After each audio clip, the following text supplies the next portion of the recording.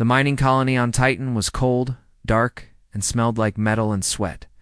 Doyon Kim wiped his forehead as he worked the extraction drill, his arms aching from 12 hours of labor. Around him, hundreds of other humans did the same work they had done yesterday and the day before and the day before that. This was all they knew. This was all their parents knew. This was all their grandparents knew. The Varathian overseer walked past, its 4 eyes scanning the workers. It carried a shock stick that it used freely on anyone who slowed down. Doyen kept his head down and kept drilling. Survival meant being invisible.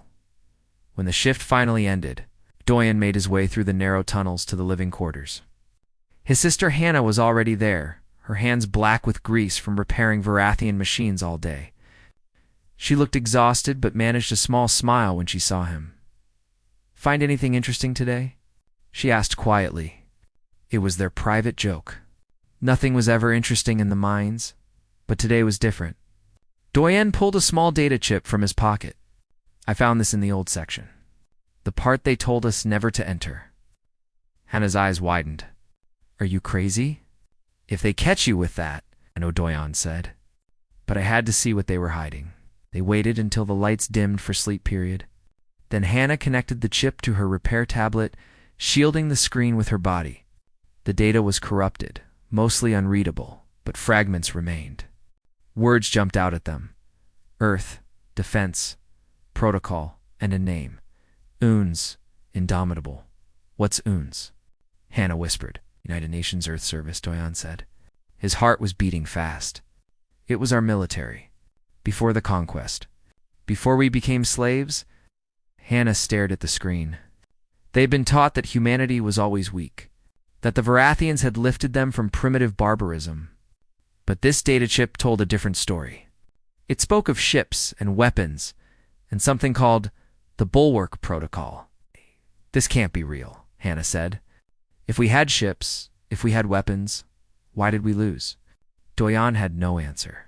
The data chip was 300 years old, from before Earth fell. Whatever humanity had been, whatever they had built, it was gone now. Lost to time and Varathian propaganda, far away. Beyond Neptune, in the cold darkness of space, something ancient was waking up.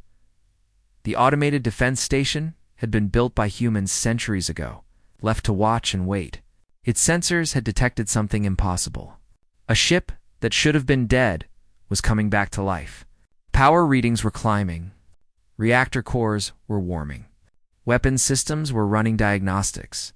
The station sent an alert, but there was no one to receive it. All of humanity's communication networks had been destroyed generations ago. The message went out into empty space, a warning that would never be heard. On the Varathian command station orbiting Saturn, Admiral Throck was reviewing the day's reports when a junior officer approached nervously. "Our science vessel near Neptune has detected unusual readings." "What kind of readings?" Throck asked, not looking up from his reports. "Massive energy signatures and gravitational distortions that don't match any known phenomena." Throck finally looked at the officer. "Show me."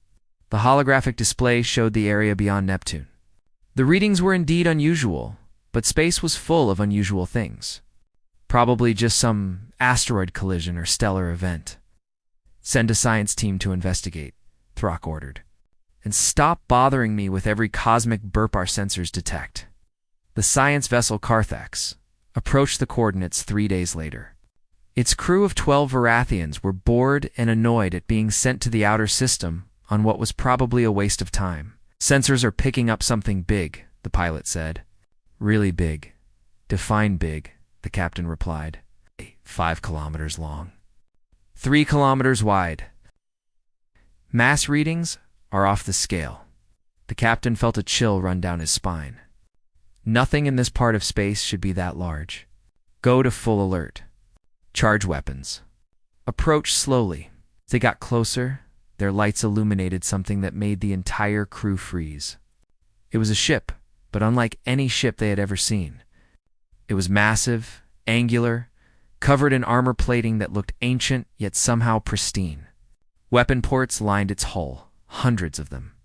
And on its side, in letters that were still clear after 3 centuries, was written, Indomitable. That's a human ship, the captain whispered. But that's impossible.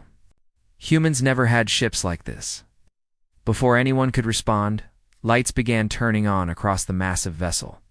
One by one, section by section, the ancient warship came to life. The crew of the Carthax watched in horror as weapon systems powered up. Targeting sensors locked onto their small science vessel. Hail them. The captain shouted, "Tell them we mean no harm." A voice responded. It was cold, mechanical, but somehow deeply human. It spoke in a language the Varathians had forbidden humans from using for 300 years.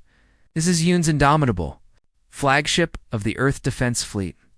Identify yourselves and state your business in Earth territorial space." The captain stammered. "This is Varathian science vessel Carthax. We are on a routine survey mission. Earth's territorial space hasn't existed for 300 years. Surely you know this."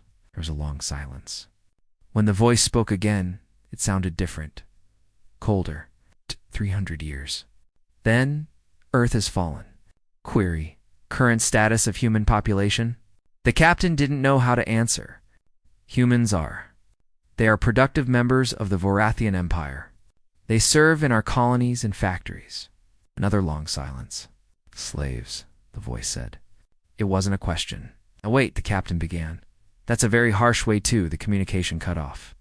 The Indomitable's weapons, which had been merely tracking them, now locked into firing position. Every weapon on the massive ship was pointing at the tiny science vessel. "Final orders received and confirmed," the voice said, now broadcasting on all frequencies. "Primary mission, protect Earth and her children at all costs. Current assessment, mission failed. Earth conquered. Humans enslaved.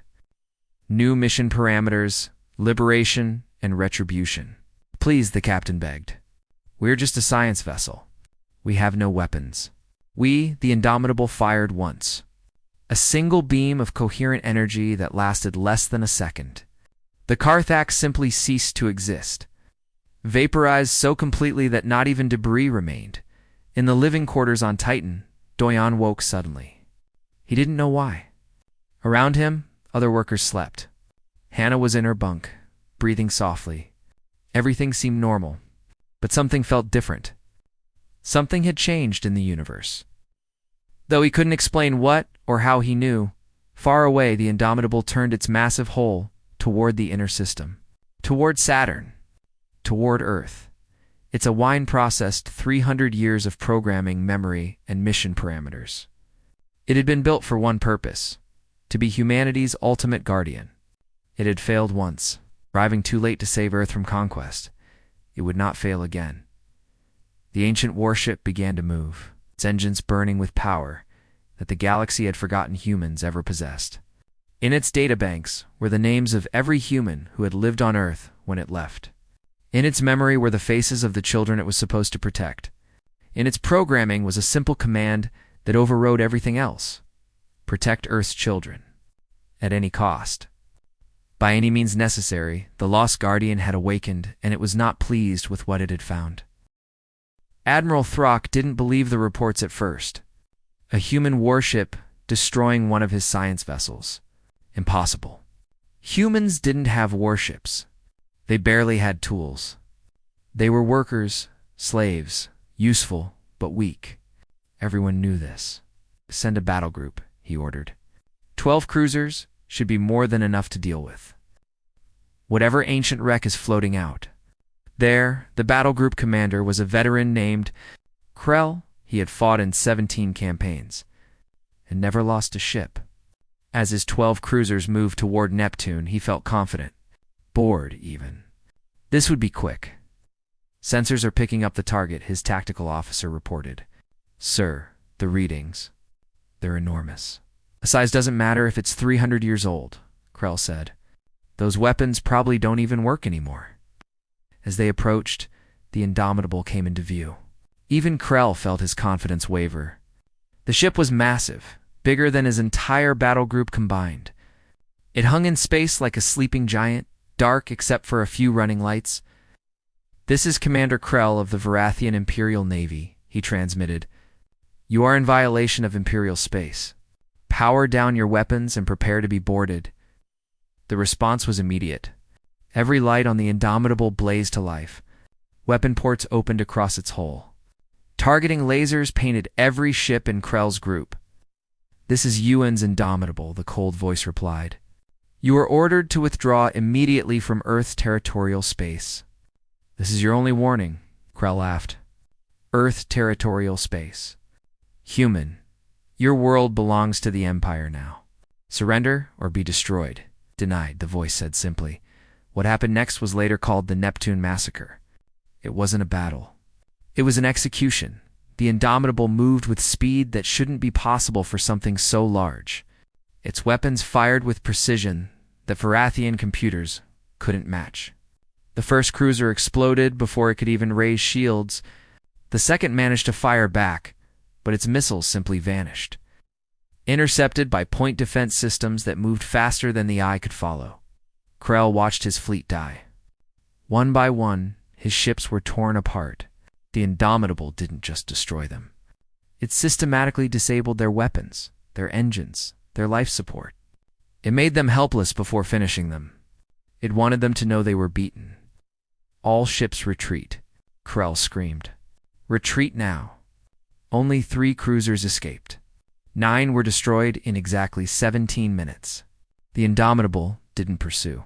It simply returned to its position as if nothing had happened. Floating in the debris field was a small escape pod.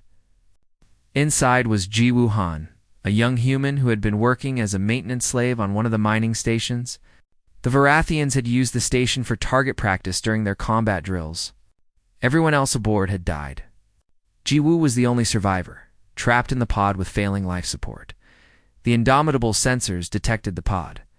Small drones launched from the warship recovered the pod and brought it aboard. Jiwoo woke in a medical bay, surrounded by machines that hummed softly. A holographic figure appeared beside his bed. It looked human, wearing an old military uniform. "You're safe," the figure said. "I am Admiral Suho Choi. Or rather, I was. Now I'm what remains of him. An artificial intelligence created from his neural patterns." Jiwoo tried to speak, but his throat was too dry. A mechanical arm offered him water. "Where am I?"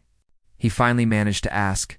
"Aboard the UN's Indomitable, the flagship of Earth's defense fleet." "But Earth doesn't have a fleet." "We never did." The AI that looked like Suho smiled sadly. "That's what they taught you. It's a lie. 300 years ago, when the Varathians came, we fought back. We had ships, weapons, technology. We were winning, in fact. But the Varathians didn't fight fair. They threatened to destroy Earth entirely if we didn't surrender." Jiwoo listened, stunned. His entire understanding of history was crumbling. "Our leaders made a choice," Suho continued. "They surrendered to save Earth itself. But before they did, they launched me. The Indomitable was supposed to reach our allies in another sector, bring back reinforcements. By the time I arrived, those allies had fallen too. I received one final transmission from Earth: sleep, wait, survive. One day humanity would need me again. And now?" Jiwoo asked. "Now, I'm awake, and I'm very angry." News of the battle spread through the Varathian Empire. At first, many didn't believe it. Then the survivors' testimony was released. 3 battle-hardened commanders, all saying the same thing. A human warship had destroyed 9 cruisers without taking a single hit. The Empire's response was swift. 300 warships were mobilized. This wasn't just about destroying one ship anymore. This was about proving that humans were still slaves, still weak, still nothing to fear. On Titan, Doyon heard whispers of the battle. Workers spoke in quiet voices during rest periods, passing rumors. A human ship, ancient but powerful, fighting the VOR at HIANS. Then one night, his repair tablet activated on its own. Text appeared on the screen. Text in the old language that humans weren't supposed to use anymore. It's to all humans in bondage. "This is UN's Indomitable. We are your legacy, your protectors, your vengeance. We were sent away to save you. We have returned to free you." Coordinates attached. Come home. Hannah grabbed his arm. Is this real? I don't know, Doyon said. But if there's even a chance, we'd have to steal a ship. We'd have to get past the guards. If we're caught, they'll kill us. Doyon looked at his sister. If we stay, we're already dead. Just slowly. I'd rather die trying to be free than live as a slave. They weren't the only ones who felt that way. Across the Empire, humans began to whisper, to plan, to hope. For 300 years, they had been told they were weak. Now someone was telling them different. The Varathian armada arrived near Jupiter. 300 warships in perfect formation. Admiral Throck himself commanded from the flagship. He would not underestimate this human ship again. Target the Indomitable, he ordered. All ships fire on my command. The Indomitable was waiting. It hung in space near Jupiter's moon Io, seemingly alone and outnumbered. When Throck gave the order, 300 ships fired simultaneously. Missiles, energy beams, kinetic weapons. Everything in the Varathian arsenal converged on one target. The Indomitable's shields flared to life. They didn't just block the attack. They absorbed it. The ship's hull glowed with captured energy, and then that energy was released back at the Varathian fleet. Their own weapons turned against them. 50 ships exploded in the first exchange. Throck stared in horror. How's that possible? He whispered.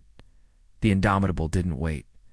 It launched swarms of drones, thousands of them, each one carrying weapons that ripped through Varathian armor like paper. It fired weapons that created gravity wells, crushing ships into twisted metal. It used tactics and technology that the galaxy had never seen before. But the Varathians were not weak. They had conquered half the galaxy for a reason. They adapted. Focused fire overwhelmed the drones with sheer numbers. Slowly, painfully, they began to damage the ancient warship. An explosion rocked the Indomitable's reactor section. Alarms blared throughout the ship. Suho's AI assessed the damage instantly. Reactor containment compromised, he said to Giwu, who was now helping in the command center. We can continue fighting, but every shot drains our reserves. We're running on 300-year-old fuel cells. Can we win? Giwu asked. Define win, Suho replied. I can destroy their fleet. But it will take everything we have, and then we'll be defenseless for years while we repair. The battle raged for 6 hours. In the end, the Varathian fleet retreated. They left behind 140 destroyed ships. The Indomitable remained, damaged but functional, its weapons still tracking the fleeing enemy. Across the Empire, every species watched the battle recordings. A single human ship had fought 300 Varathian warships and survived. More than survived. It had won. The message was clear. Humanity had teeth. And now the galaxy remembered why they should have been afraid all along. The broadcast reached every corner of the Varathian Empire. Humans working in mines heard it through stolen communicators. Humans in factories whispered about it during shift changes. Humans who had never known anything but slavery suddenly heard a voice speaking to them in their own language, telling them they were not forgotten. This is Yuen's Indomitable. Suho's voice echoed across countless worlds. To every human in chains, we are coming for you. To every species that has enslaved us, your time is over. To every empire that thought us weak, you were wrong. On a transport ship orbiting a Varathian military base, Captain Mingi Song listened to the broadcast. She wore a Varathian uniform.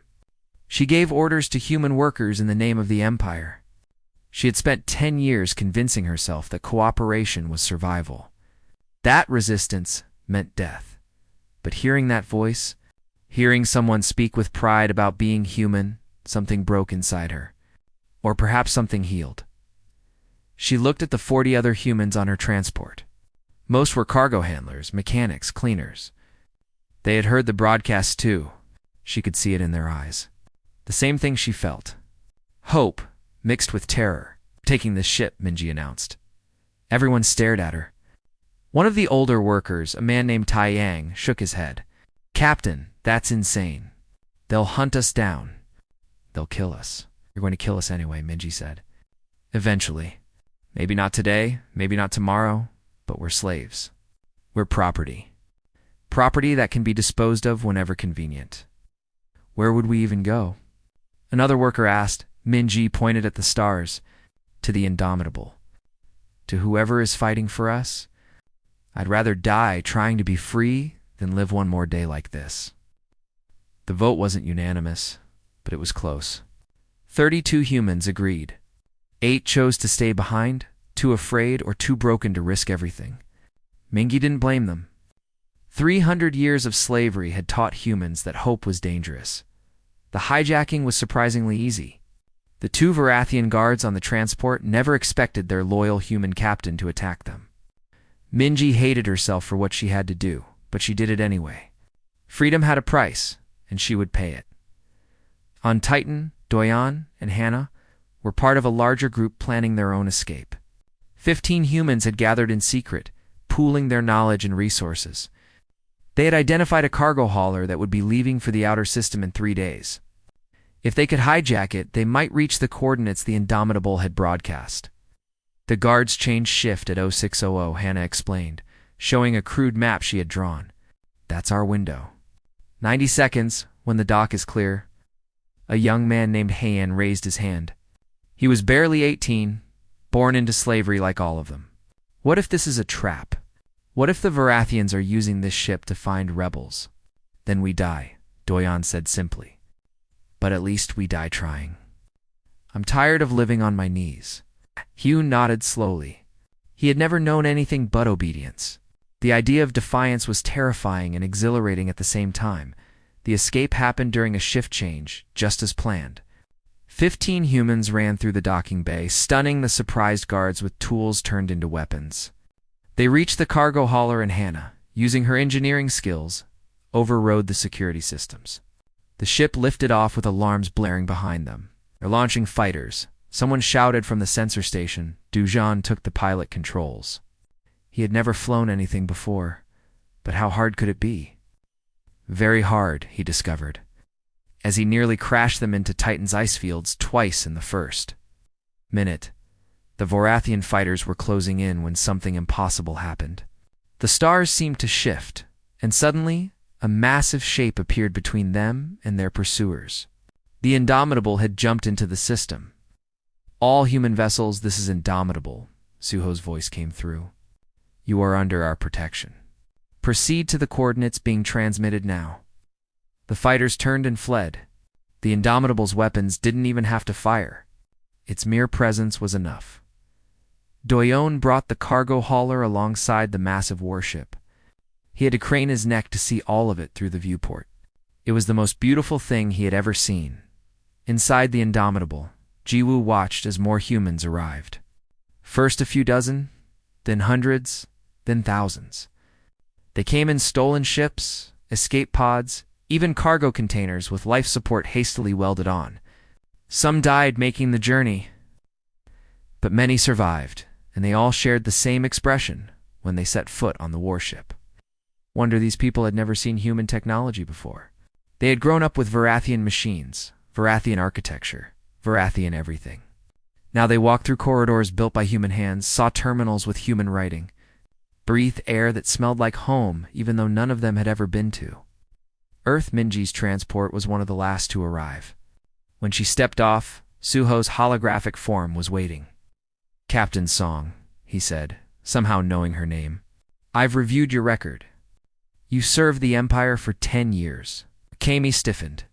I did what I had to do to survive. I'm not judging you, Suho said gently. I'm offering you a choice. This ship needs commanders. People who understand both human and Varathian systems. Will you fight with us? Minji felt tears on her cheeks. She hadn't cried in 10 years. Yes, in the command center, the senior humans gathered. Doyun, Hannah, Minji, Jiwoo, and others. They represented the freed slaves, the rebels, the ones who had dared to hope. Suho's hologram stood among them. We face a decision, the AI said. The Indomitable is damaged. My reactor is running at 30% capacity. I can execute one major operation, maybe two, before I'll need years of repairs. What are our options? Mingi asked. Option 1. Strike at the Varathian homeworld. Decapitate their leadership. The Empire might collapse, or it might unite against us even stronger. Option 2? Doyen asked.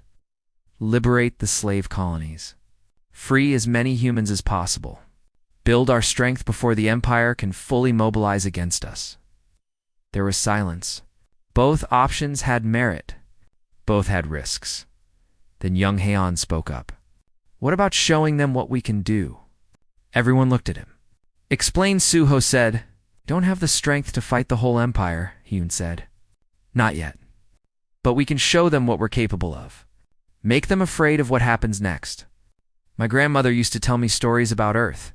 She said humans were always best when they had something to protect. Give them a reason to fear our potential, not just our current strength. Suho considered this. You're suggesting a demonstration? I'm suggesting we make them think twice before they come after us again. Hit them hard enough that they need time to recover. Time we can use to free our people and prepare. A man named Yemen, older than the others, spoke up.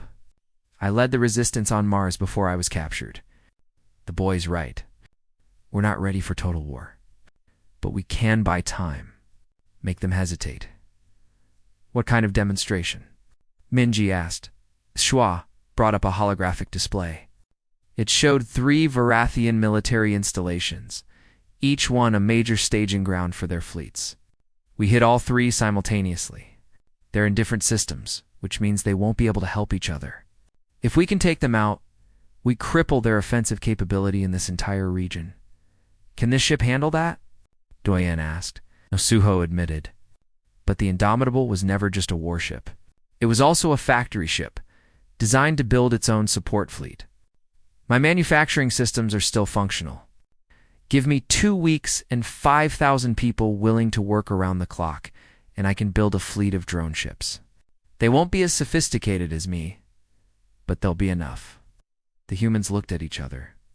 2 weeks of exhausting labor to build a fleet, then a 3-way attack on fortified military bases. The casualties would be high. Many of them might die, but the alternative was going back to slavery, or spending years hiding while the Varathians hunted them down. We do it, Doyen said. Others nodded in agreement. Then we have work to do, Suho said. Welcome to Earth's military, soldiers. Time to remind the galaxy what humans can build when we're properly motivated. The next 2 weeks were chaos. Humans who had spent their lives mining or cleaning suddenly became factory workers, assembling drone ships from raw materials the Indomitable systems manufactured. Hannah led the engineering teams. Minji trained combat groups. Jiwoo coordinated logistics. Everyone worked until they collapsed, and woke and worked again. Young Heian asked Suho one night why the AI was helping them so much. They were just slaves, after all. Broken people who barely remembered how to be free. The AI's hologram sat beside him and looked at the stars. Because you're human, Suho said simply. Because 300 years ago, I was given one mission. Protect Earth's children. I failed once. I won't fail again. And you're not broken, Heian. You're exactly what humanity has always been. Stubborn enough to hope when hope is illogical. Brave enough to fight when fighting is impossible. That's not broken. That's just human. The attacks came without warning. 3 Varathian military installations, each housing thousands of soldiers and hundreds of ships, were hit simultaneously by waves of drone fighters. The drones moved with precision that seemed impossible, coordinated by an intelligence that was always 3 steps ahead at Installation Carrick 7. The base commander watched his defenses crumble in minutes. The drones weren't just attacking randomly. They targeted power generators, communication arrays, weapon systems, in perfect sequence.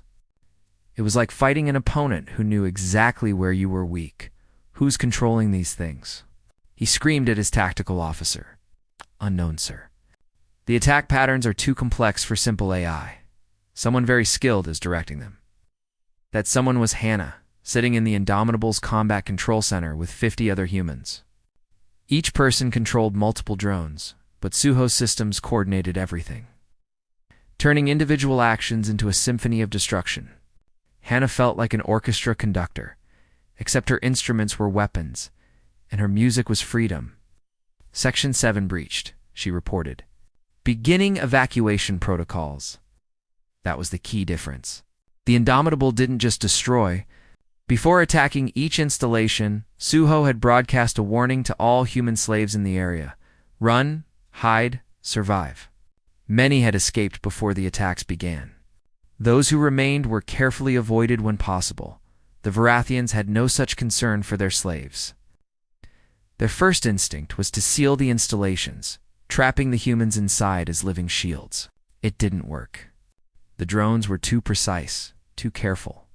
They carved through Varathian positions while leaving human areas mostly intact. When the attacks ended, all 3 installations were smoking ruins. The Varathian casualties numbered in the tens of thousands. Human casualties numbered in the hundreds. And nearly 40,000 human slaves had been freed. The Galactic News Network showed the footage on repeat.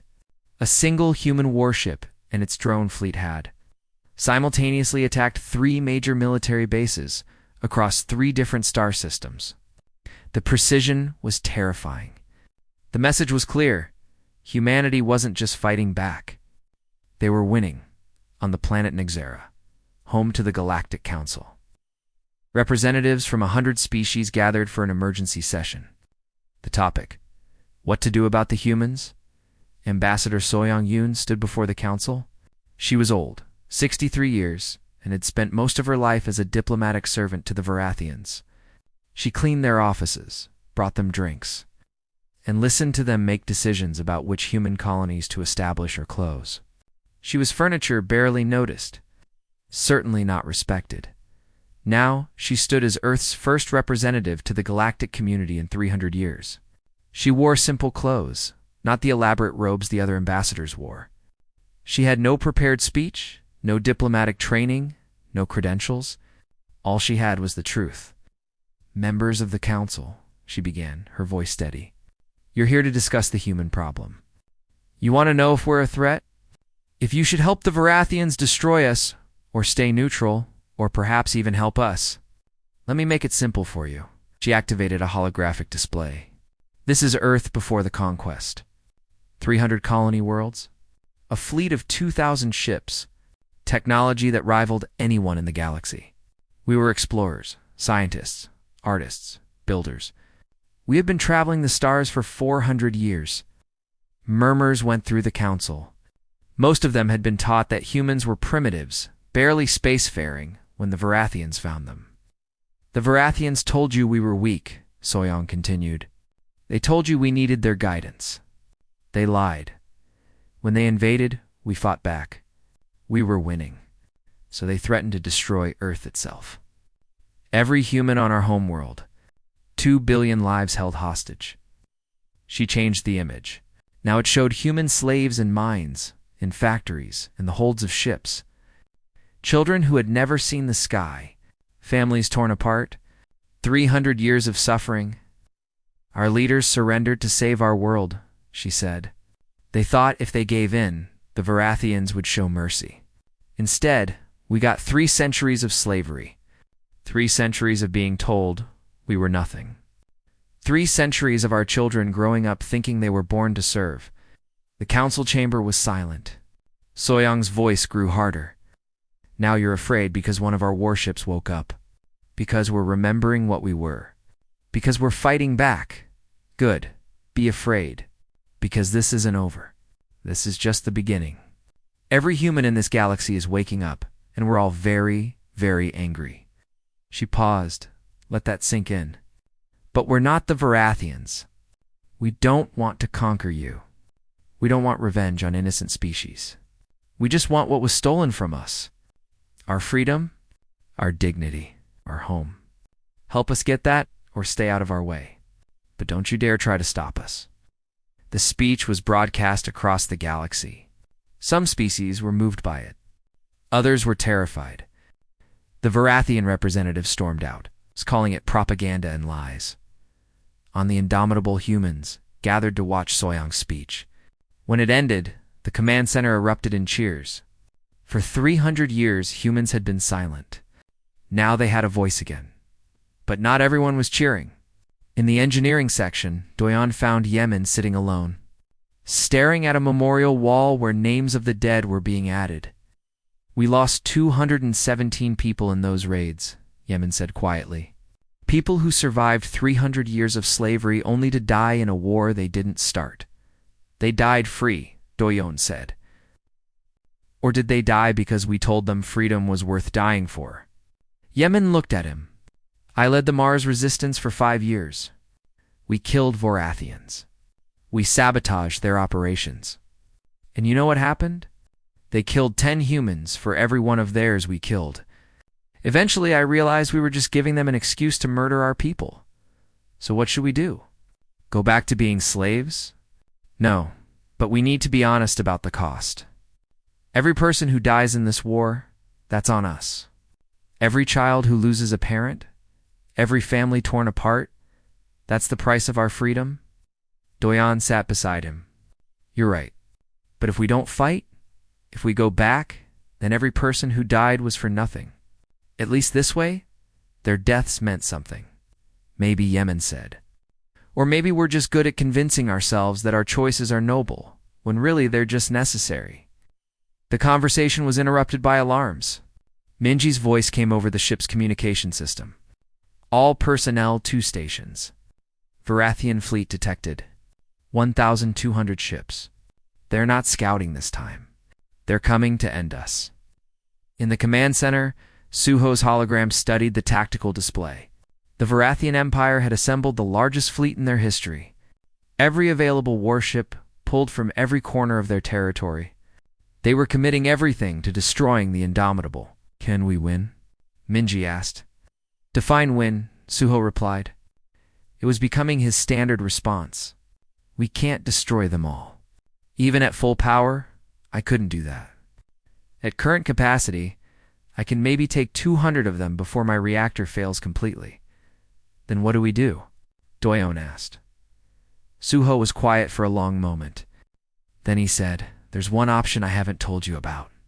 The Indomitable wasn't just a warship. It was also a colony ship. A backup plan in case Earth fell." He brought up a schematic of the ship. Deep in its core were sections no one had explored yet. There are 50,000 cryopods down there. 50,000 humans frozen before Earth was conquered. Scientists, engineers, soldiers, civilians, the best and brightest of our species, sent away to preserve humanity's future. Everyone stared at the display. 50,000 people. More humans than currently existed and all the freed slaves combined. "Why didn't you wake them before?" Hannah demanded. "'Cause waking them requires massive power. If I do it now, the reactor will drain completely. We'll be defenseless.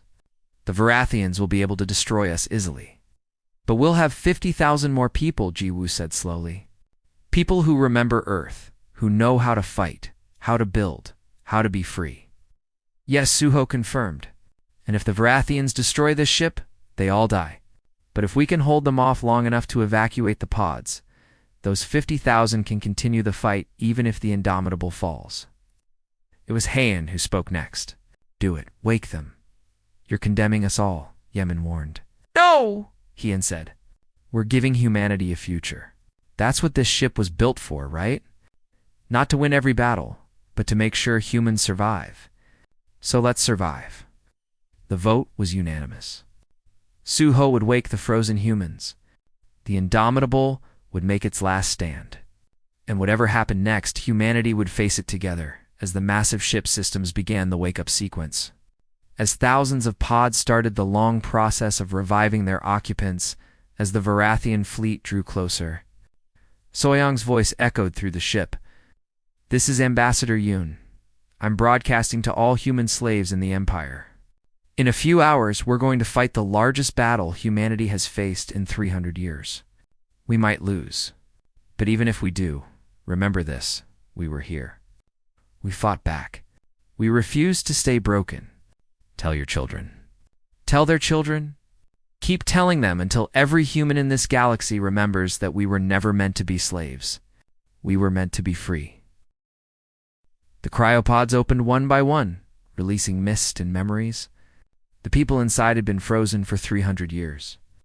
But to them it felt like closing their eyes and opening them a moment later.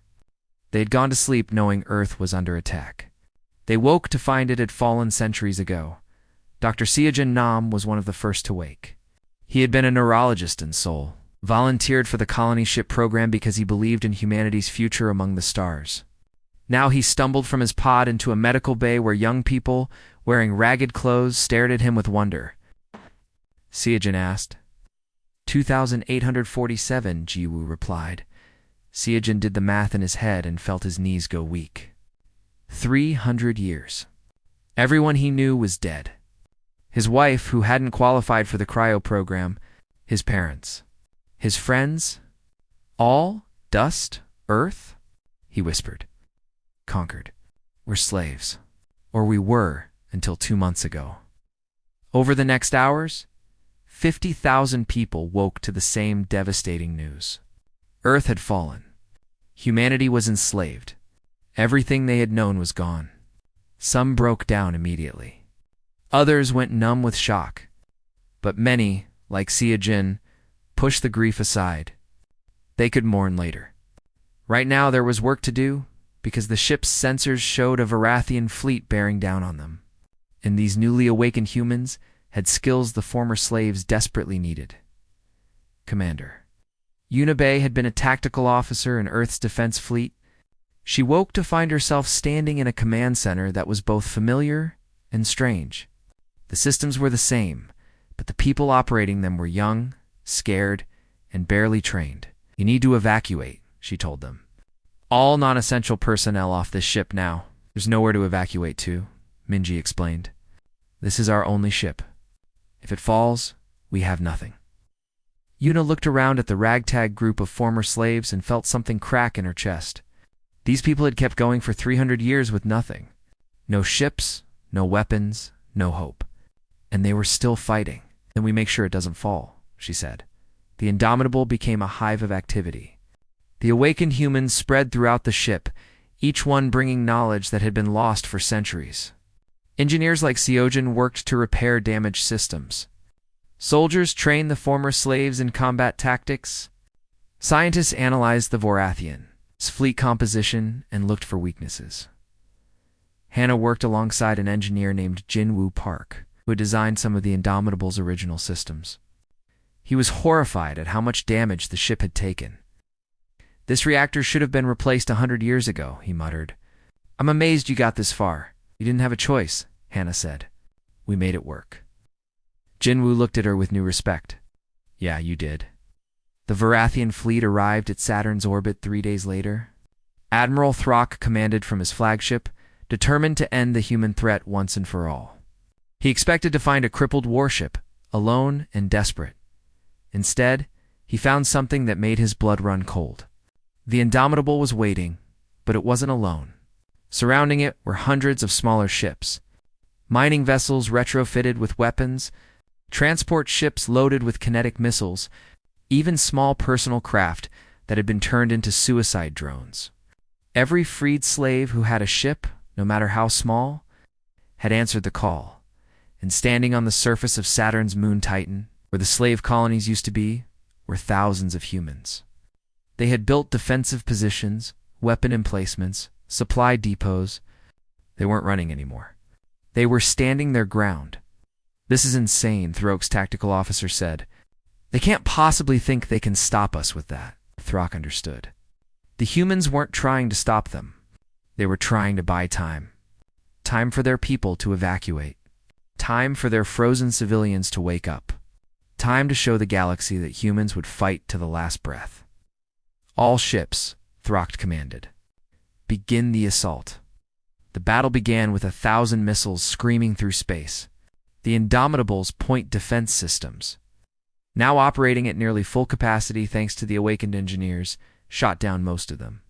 The ones that got through were intercepted by the smaller human ships, which threw themselves into the missiles' paths without hesitation. Doyun was piloting one of those small ships. Beside him, his sister Hannah worked the weapons console. They had never trained for this. 2 months ago, they were slaves. Now they were flying a combat mission against an empire. Missile lock, Hannah reported. Multiple targets tracking us. I see them, Doyon said, throwing the ship into a roll that made them both feel sick. One missile passed so close it scraped their hull. Another was destroyed by covering fire from the Indomitable. This is crazy, Hannah gasped. We're going to die, probably, Doyon agreed. But we're dying free. The space around Saturn became a storm of fire and death. The Varathian fleet pressed forward, losing ships to human weapons and human determination. The Indomitable fired its main weapons, each shot draining its failing reactor further, but each shot taking down a capital ship. On Titan, the ground forces engaged Varathian dropships.